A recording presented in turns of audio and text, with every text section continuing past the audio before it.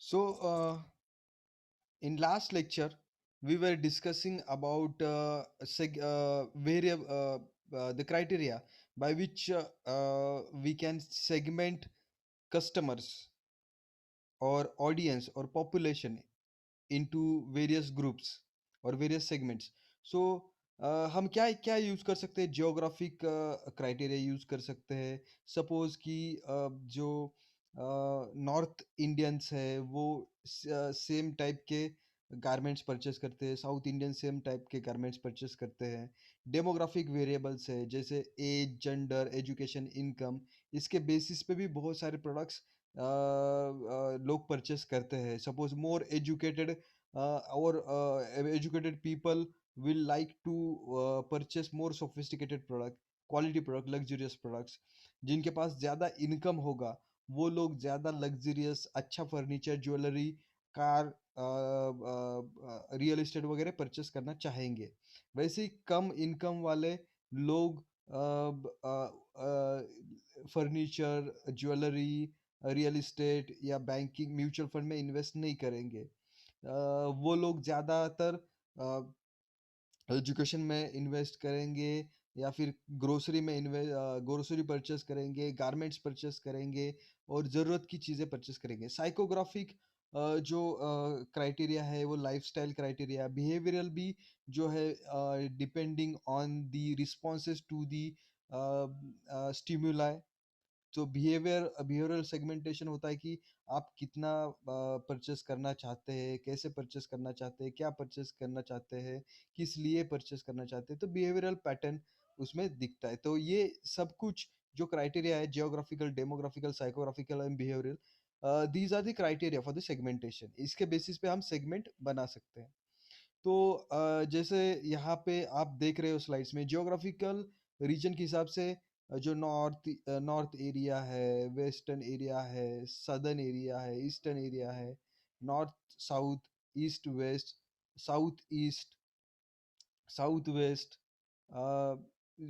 Pacific mountain, Atlantic, ऐसे बहुत सारे जो एरियाज है हम डिवाइड कर सकते हैं।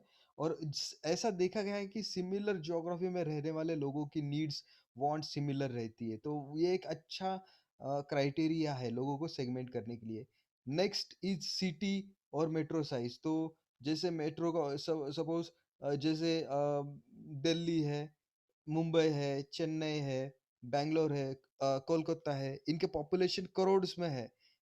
एटलीस्ट 1 करोड़, 2 करोड़, 1.5 करोड़ पॉपुलेशन है। तो इनके जो रिक्वायरमेंट है वहाँ पे रहने वाले लोगों का, मे बी ट्रांसपोर्टेशन से रिलेटेड होगा, लिविंग क्लाइमेट से रिलेटेड होगा, या मेट्रोपॉलिटन सिटीज़ में रहने वाले लोगों का जो रिक्वायरमेंट्स होगा, नीड्स होगा, वांट्स होगा, सिमिलर होगा।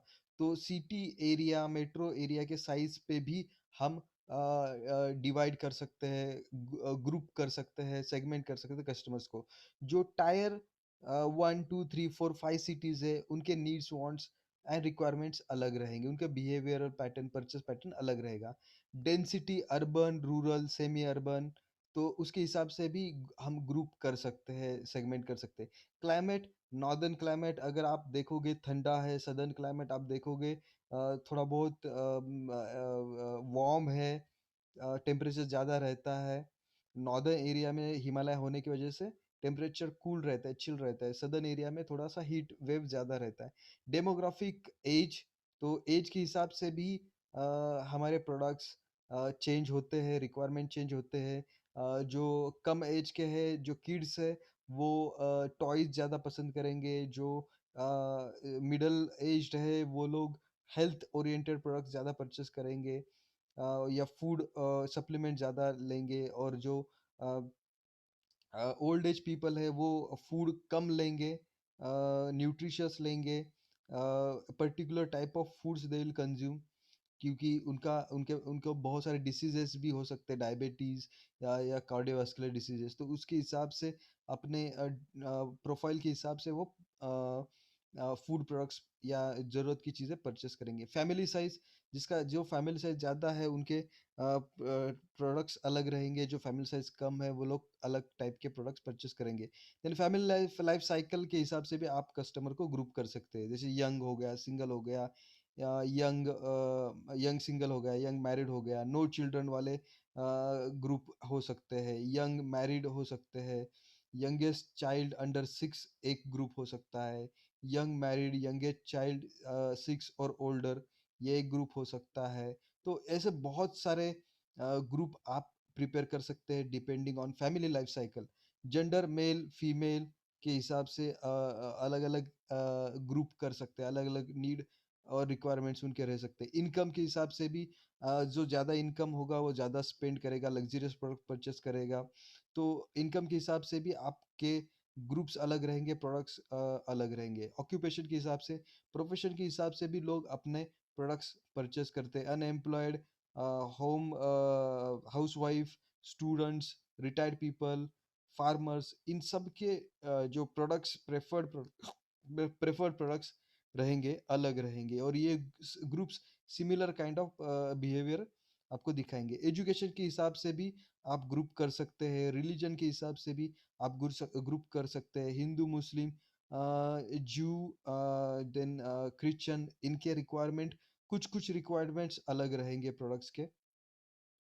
रेस के हिसाब से भी प्रोडक्ट्स चेंज होते हैं, उनके हिसाब से भी आप ग्रुपिंग या सेगमेंट कर सकते हैं। जनरेशन के हिसाब से भी आप ग्रुप कर सकते हैं, सेगमेंटेशन कर सकते हैं, उनके हिसाब से भी प्रोडक्ट्स अलग-अलग रह सकते हैं। Now we will see geographical segmentation. Now, geographic segmentation divides the market into geographic units such as nation, states, region, counties, cities and neighborhoods. तो ज्योग्राफी के बेसिस पे हम nation, state, region, cities, rural areas ऐसे हम divide कर सकते हैं, group कर सकते हैं, सेगमेंट कर सकते हैं. The company can operate in one or few areas or it can operate in all but pay attention to local variation.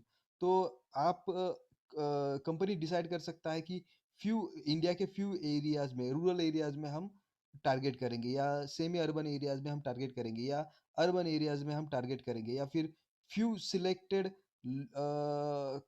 Cluster में हम, रीजन में हम कंसंट्रेट करेंगे. जैसे सपोज कोई डिसाइड करेगा कि हम तमिलनाडु में अपना प्रोडक्ट बेचेंगे, कोई डिसाइड करेगा हम आंध्र प्रदेश में अपना प्रोडक्ट बेचेंगे, कोई डिसाइड करेगा हम उड़ीसा में अपना प्रोडक्ट बेचेंगे, कोई डिसाइड करेगा हम गुजरात में अपना प्रोडक्ट बेचेंगे.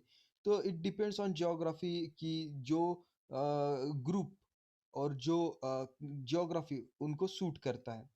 In that way, it can be tailor marketing programs to the needs and wants of the local customer groups in trading areas, neighborhoods, even industrial stores. तो वहाँ पे लोकल जो एरिया रहेगा, वहाँ पे क्या ट्रेड चलता है, वहाँ पे लोगों को क्या पसंद है, लोग क्या परचेस करते हैं, तो उस हिसाब से आपको प्रोडक्ट्स डिज़ाइन करना पड़ेंगे, ऑफर करने पड़ेंगे. In a growing trend called grass root marketing, तो ये एक नया कंसेप्ट आया है, ग्रास रूट मार्केटिंग. आपको क्वेश्चन पूछ रख सकते हैं ग्रास रूट मार्केटिंग क्या है. तो ग्रास रूट मार्केटिंग क्या है? In a growing trend called grass root marketing, marketers concentrate on making such activities as personally relevant to individual customer as possible. तो जितना हो सके इंडिविजुअल पे फोकस करके, इंडिविजुअल जितना कस्टमाइज कर सकते हैं इंडिविजुअल को, उतना कस्टमाइज हम करते हैं प्रोडक्ट्स या अपने सर्विसेज या अपने ऑफरिंग्स को. इसको बोलते हैं grass root marketing. Suppose H S B C company, H S B C bank है, तो वो हर सिटीज में अपने प्रोडक्ट्स, अपने जो रेट्स है, एफडी के, सेविंग के, करंट अकाउंट के, अलग अलग रख सकता है depending on the situation of that particular locality. और जैसा दैट पर्टिकुलर लोकेलिटी के सिचुएशन है वैसे बैंकिंग सर्विसेज, वैसे बैंकिंग प्रोडक्ट्स ऑफर कर सकता है. इसको बोलते हैं ग्रास रूट मार्केटिंग, कि हमने लोकल लेवल पे देखा कि क्या वेरिएशन है और अपने प्रोडक्ट्स को, सर्विसेज को वैसे कस्टमाइज किया. Much of the Nike's initial success came from the engaging target consumers through grassroots marketing efforts such as sponsorship of local school teams, expert conducted clinics, and provision of shoes, clothing and equipment to young athletes. तो Nike ने भी grass root marketing या फिर local marketing apply किया था, use किया था, implement किया था। इसमें वो लोकल जो टीम स्कूल टीम्स है उनको स्पॉन्सर करते हैं, लोकल जो इवेंट्स है उनको जो स्पोर्ट्स कॉम्पिटिशन है उनको स्पॉन्सर कर सकते हैं। देन एक्सपर्ट क्लिनिक्स जो है एथलीट्स को वो प्रोवाइड कर सकते हैं। एथलीट्स को शूज़, क्लोथिंग या इक्विपमेंट्स प्रोवाइड कर सकते हैं जो कि ओलंपिक के लिए प्रिपेयर कर रहे हैं, नेशनल कॉम्पिटिशन के लिए प्रिपेयर कर रहे हैं, इंटरनेशनल कॉम्पिटिशन के लिए प्रिपेयर कर रहे हैं या फिर स्कूल टीम्स भी है या फिर स्टेट लेवल के कॉम्पिटिशन है। वैसे Nike grass root marketing implement कर रहा है। Citibank provides different mixes of banking services in its branches depending on neighbourhood demographics. तो एचएसबीसी भी लोकल मार्केटिंग इम्प्लीमेंट कर रहा है, सिटी बैंक भी local marketing grass root marketing implement कर रहा है। जैसे उनके ब्रांचेस है लोकल लेवल पे, वहाँ पे different mix of banking services provide कर रहा है। Retail firms such as Starbucks, Costco, Trader Joe's, and REI have all found great success emphasizing local marketing initiative, and other types of firms have also jumped into action. तो आजकल हर कोई बड़ी firms जो है जैसे स्टारबक्स है, Costco है, trader जोज है, आरईआई है, ये लोग सब लोग देख रहे हैं कि लोकल लेवल पे क्या चेंजेस करने हैं और वो चेंजेस करके अपने प्रोडक्ट्स और सर्विसेज ऑफर कर रहे हैं। More and more, regional marketing means marketing right down to specific zip code. तो अगला जब इंडिविजुअल को हम टारगेट करते हैं, उसके बाद हम क्या टारगेट कर सकते हैं? ज़िप कोड या फिर हम पिन कोड बोल सकते हैं। जैसे महाराष्ट्र का है 411 1 411 010, ऐसा ज़िप कोड हो सकता है पर्टिकुलर एरियाज़ का। तो इंडिविजुअल्स को फ़ोकस करने के बाद, ग्रुप ग्रुप को फ़ोकस करने के बाद, लोकल एरिया को फ़ोकस करने के बाद, हम फ़ोकस कर रहे हैं ज़िप ज़िप कोड को या पिन कोड को। Many companies Many companies use mapping software to pinpoint the geographic location of their customer. तो आजकल many companies are mapping software to pinpoint the geographic location of their customers. तो आजकल companies customers को identify करने के लिए softwares use करते हैं और वो कस्टमर को उनके पिन कोड से या जिप कोड से भी आइडेंटिफाई करने लगे हैं ताकि उनके पास एक मैप हो, एक ग्राफ हो, एक एक टूल हो जिसको यूज करके उनको वो लोकेट कर सके अपने कस्टमर्स को या फिर एनालाइज कर सके अपने कस्टमर के बिहेवियर को। कस्ट they can map their customers learning say that most customers are within the 10-mile radius of the store and are further concentrated within the zip 4 plus।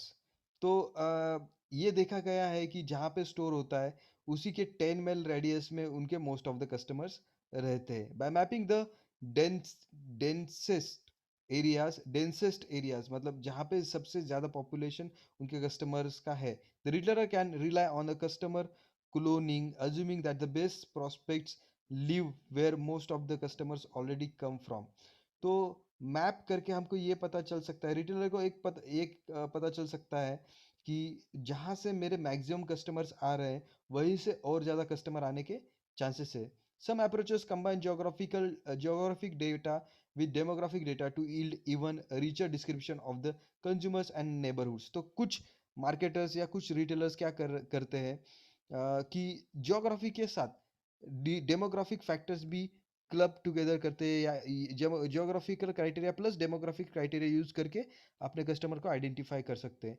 Nelson Claritas has developed a geo clustering approach called PRIZM. तो Nielsen Claritas ने PRIZM एक approach identify किया है। ये बहुत ही famous approach है और बहुत ही यूजफुल अप्रोच है। प्रिज्म अप्रोच के थ्रू यूएसए के अमेरिका के कस्टमर्स को बहुत सारे कैटेगरीज में ग्रुप में कैटेगराइज कर दिया गया है। ये बहुत ही अच्छा टूल है। इसको हम डिटेल में नेक्स्ट वीडियो में डिस्कस करेंगे। So till then thank you so much for watching this video.